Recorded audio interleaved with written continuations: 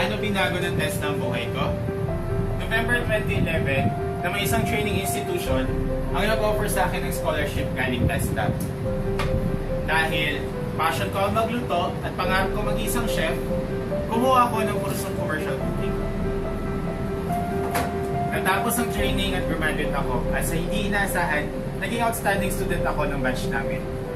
After a month, pinasok ko ang mundo ng pagtuturo.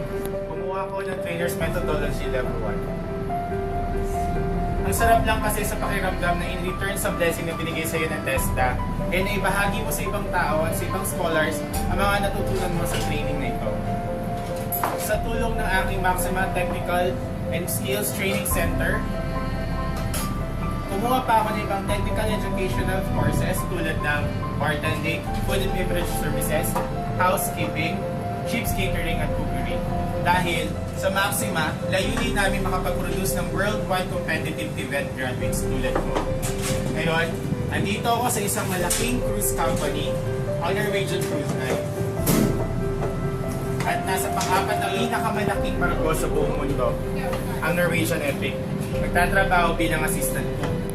Laking pasalamat ko sa suporta ng aking Maxima Technical and Skills Training Center family. As a technical vocational education and training program ng TESDA.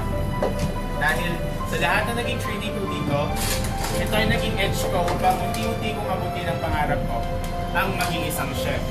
Ako nga po pala si Fructuoso Macapagal Cruz II. Sa TESDA, sumaya ang buhay ko. Buhay nyo, sasaya rin sa TESDA. Tatak, TESDA.